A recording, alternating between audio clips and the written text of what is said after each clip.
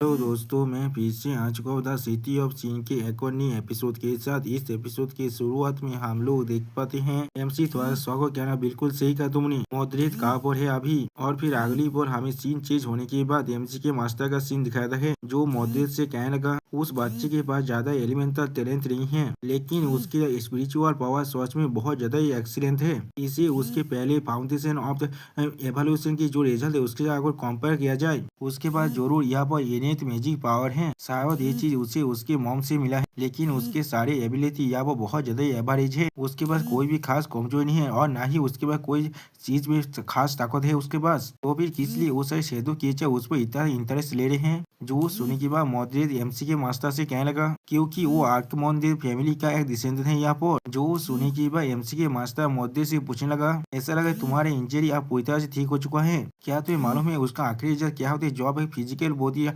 शेदो power को resist करने की कोशिश करता है। जो सुन के मॉडरेट अपनी आंखों को बंद कर कहने लगा यो मास्टर रिचार्ड को प्रोटेक्ट करना मेरा ड्यूटी है यहाँ पर। जो सुनी के बाद एमसी टीचर थोड़ा सा मुस्कुरा कर कहने लगा या तो भी तुम उसके लिए अपनी जान को भी दे सकते हो। और फिर एमसी के मास्टर मॉडरेट से कहने लगा मैं तुम्हें बहुत वक्त से जानता हूँ, मैंने कभी नहीं सोचा था मॉडरेट तुम इतना लॉयल भी बन सकते हो। और एक बार उसका जो टेस्टिंग फी और तुम्हारे जो ट्रीटमेंट कॉस्ट है वो सब कुछ मिलाकर 1,16,000 इंपियर गोल्ड कॉइन्स बन रहा है। जो सुनने के बाद मॉडरेट सीरियस फेस बनाकर एमसी के मास्टर से कहने लगा उसे सिर्फ अभी टैब पर रख दो। लॉर्ड गॉर्डन तुम्हारे साथ डिस्कस करने के लिए तैयार है जिस प्राइस को तुमने आखिरी बार प्रपोज किया था।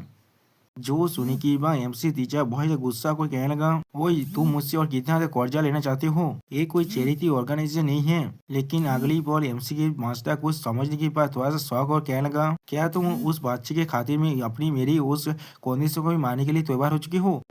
जो सुनने के बाद मॉडरेट बहुत ही सीरियस फेस बनाकर एमसी के मास्टर से कहने लगा जैसा कि तुम यहाँ पर देख पा रहे हो। और फिर एमसी के पास के सीन को याद करते हुए कहने लगा यो मास्टर रिचार्ड जो शेदो पावर है वो सच में बहुत ज्यादा खतरनाक है यहाँ पर। और या तो भी वो यो मास्टर की जिंदगी को भी खत्म कर सकता है। अभी जो हमारे पास जो आखिरी मेथड है वो है उन्हें सिर्फ तुम्हारी पागड़ी में रखना।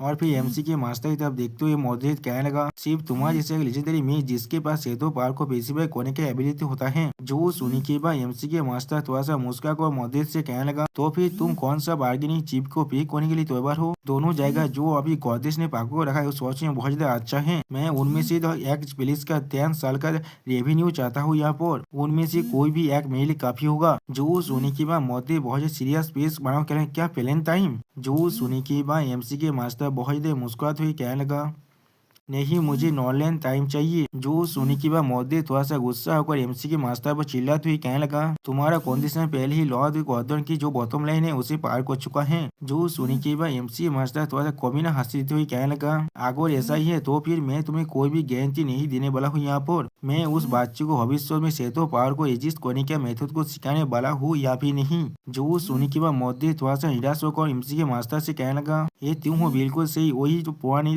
सिर्फ पैसे के लिए काम करने वाला सो हैलून। मैं वापस जाने के बाद मार्कोस के साथ इसके बारे में डिस्कस करने वाला हूँ, लेकिन मैं आशा करता हूँ तुम इससे भी ज्यादा कुछ ऑफर कर पाओ जिससे हमारा ये डील पूरी तरह से कंप्लीट हो पाए। जो सोने के बाद एमसी के मास्टर थोड़ा सा मुस्कुरा तो मॉडरेट से कहने लगा ठीक है तो फिर मैं खुद को थोड़ा सा कम लेने वाला हूँ। एतना ड्रैगन टेम्पल की नेक्स्ट प्रेयर सेरेमनी के अंदर मैं तुम्हारी योग मास्टर रिचार्ड को असिस्टेंस देने वाला हूँ। तुम इसके बारे में क्या सोचते हो? जो सुनी के बाद मॉडरेट सीरियस फेस बनाकर एमसी के मास्टर से कहने लगा इसे याद रखना तुमने अभी वॉमिस कर दिया है। मैं वापस जाकर देव के साथ इसके बारे में बात करने वाला हूँ। जो सुनी के बाद एमसी के मास्टर दूसरी तरफ घूरती हुई कहने लगा मैं तुम्हारी रिप्लाई का इंतजार करूंगा यहाँ पर। जो सुनी के बाद मॉडरेट एमसी के मास्टर से कहने लगा तो फिर मैं तुम्हें यो मास्टर की देखभाल करने के लिए थोड़ा सा परिश्रम करने वाला हूँ। गुड बाय सू हेलेन। और फिर अगली पर हमें फिर से एमसी के रूम का सीन दिखाता है जहाँ पर हम लोग देख पाते एमसी ने फिर से सो लिया है यहाँ पर। और फिर हम लोग देख पाते एमसी अपने सर पर हाथ रखते हुए कुछ सोचने लगा लेकिन कुछ भी नहीं कह पाता है। और फिर एमसी थोड़ा घबरा कर अपने मन में कहने लगा उस बॉक्स में मैंने जिस सीन को देखा था अभी। और फिर एमसी अपने पास का सीन याद कर जहाँ पर उसने रेड मून को देखा था। और फिर एमसी उसको बैठते हुए अपने मन में कहना क्या वही असली दुनिया था? वो चीज बिल्कुल असली और इल्यूजनरी दोनों ही लग रहा था एक ही वक्त में। और फिर हम लोग देख पाते एमसी के हाथ में एक सिस्टम प्लेन को, जिसे देखने के बाद एमसी अपनी आंखों को मूंछते हुए कहना क्या मैं यहाँ पर कुछ गलत देख रहा हूँ? लेकिन अगली पल एमसी कुछ देखने के बाद बहुत ज्यादा शौक हो जाते हैं और कुछ भी नहीं कह पाता है। और उसी वो हम लोग एमसी की आंखों में उसी सिस्टम प्लान के सीन को देख पाते हैं। और फिर हम लोग देख पाते हैं एमसी अपनी चारों तरफ बहुत ही सिस्टम प्लान को देखते हुए अपनी मन में कहने लगा इससे नंबर क्या है यहाँ पर। और फिर एमसी सिस्टम प्लान से हर एक चीज के अंदर से नंबर को देख पा रहा था, जिसे देखते हुए एमसी अपने मन में कहने लगा उनके अंदर भी यही चीज है। और फिर एमसी आप अपने चारों तरफ हर एक चीज के अंदर इस तरह के नंबर को देखने के बाद बहुत ज्यादा घबरा कर अपने मन में कहने लगा इन सभी के अंदर मैं नंबर को देख पा रहा हूँ। और फिर एमसी बहुत से परेशान होकर कहने लगा मैं क्या पागल हो रहा हूँ यहाँ पर। और फिर एमसी बहुत जोर से चिल्ला कर मैं यहाँ पर पूरी तरह से पागल हो चुका हूँ। और फिर अगली पर हमें कुछ देर के बाद का सीन दिखाई दे जहाँ पर एमसी अपने मुंह पर पानी मारने लगा। और फिर एमसी पानी के बकेट को देखने लगा जिसके अंदर किसी भी तरह के नंबर को ना देखने के बाद एमसी खुद को अपने मन में कहने लगा पहले थोड़ा शांत हो जाओ, मैं यहाँ पर कोई भी सपना नहीं देख रहा हूँ। और फिर एमसी थोड़ा सा घबरा को दूसरी तरफ देखते हुए अपने मन में कहला मैं इसे अच्छी तरह से महसूस कर पा रहा हूँ। और फिर एमसी अपने पास्ट की बातों को याद करने लगा। और फिर एमसी इतने से नंबर को देखते थोड़ा सा घबरा कर अपने मन में कहने लगा ये चीज बिल्कुल उसी बॉक्स जैसा ही महसूस हो रहा है मुझे, शायद इतने से नंबर का कुछ न कुछ मतलब जरूर है यहाँ पर। और फिर एमसी एक लैंप की तरफ देखते हुए अपने मन में कहना क्या ये नंबर उनका साइज है या फिर क्वालिटी है। और फिर अगली पर एमसी ऐसे हर एक चीज की तरफ देख रहा है और फिर अपने मन में कहना क्या ये सारी चीज मटेरियल है।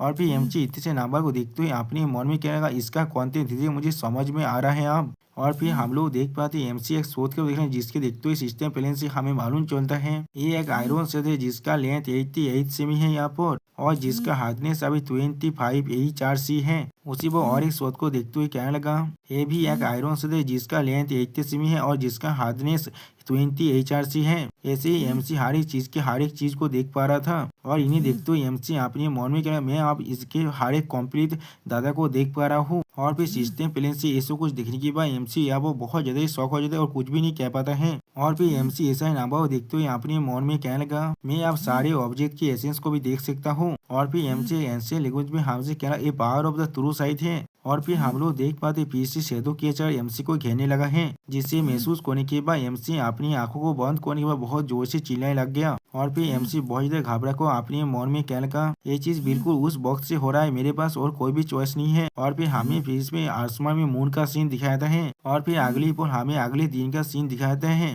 जहाँ पर कोई एमसी के रूम के गेट पर रॉक करने लगा जहाँ पर वो इनसे कहेगा स्टूडेंट नीचे तुम यहाँ पर लेट नहीं हो सकते हो। उसी पर हम लोग देख पाते हैं। और फिर वो इंसान पीछे चिल्ला कहने लगा आज से तुम्हारा जो म्यूजिकल लर्निंग है वो अब शुरू होने वाला है। और फिर अगली बार हमें मैजिक एकेडमी का सीन दिखाता है जहाँ पर कुछ दिखने के बाद कोई इंसान जोर से चिल्ला कहने लगा क्या। और फिर एमसी उस मेज से पूछने लगा क्या हम लोग को क्लासरूम में नहीं जाना चाहिए। उसी वो हम लोग देख पाते कुछ स्टूडेंट उस मेज को गीत करते हुए कहना टीचर आपको गुड मॉर्निंग, जो सुनने के बाद वो मेज भी गीत करते हुए कहना तुम सभी को भी गुड मॉर्निंग। और फिर एमसी उस मेज से पीछे पूछने लगा क्या हमें उस तरफ नहीं जाना चाहिए जहाँ पर बाकी से स्टूडेंट भी अभी जा रहे हैं। जो सुनने के बाद वो मेज अब एमसी से कहने लगा तुम अभी इतना बड़े नहीं हो तो जो तुम उनके साथ मिलकर अभी क्लास अटेंड कर पाओगे और ऐसे भी ये तुम्हारा पहला दिन है जब तुम मैजिक सीखने वाले हो। और फिर एक रूम के दरवाजे को खुलते वो मेज कहने लगा लेजेंडरी मेज ने मुझे खास कर इंस्टार्ट किया है तुम्हें अच्छी तरह से सिखाने के लिए, इसलिए मेरे साथ आप अंदर चलो। जो सुनने के बाद हम लोग देख पाते एमसी भी अब उस रूम के अंदर आने लगा। और फिर उस रूम को इतना छोटा देखने के बाद वो एमसी उस मेज से पूछने लगा लेकिन क्या ये रोड साइड पेविलियन बहुत छोटा नहीं है मेरा क्लासरूम होने के लिए। जो सुनने के बाद वो मेज कहने लगा हाँ। और फिर वो मेज मुस्कुराते हुए एमसी तरफ देखते हुए कहने लगा थोड़ा सा धैर्य रखो यहाँ पर। और फिर वो मेज अपना मैजिक को कास्ट करते हुए कहने लगा हम लोग बहुत जल्दी वहाँ पर पहुंचने वाले हैं। अब इस तरह की मैजिक को देखने के बाद एमसी थोड़ा सा घबरा हो जाता है और बहुत ही शौक हो जाता है लेकिन कुछ भी नहीं कह पाता है। और दोस्तों इसी शानदार सीन के साथ हमारा ये एपिसोड यहाँ पर ही खत्म होता है। प्लीज सब्सक्राइब माई चैनल और like and share this video. Okay bye bye सावनारा।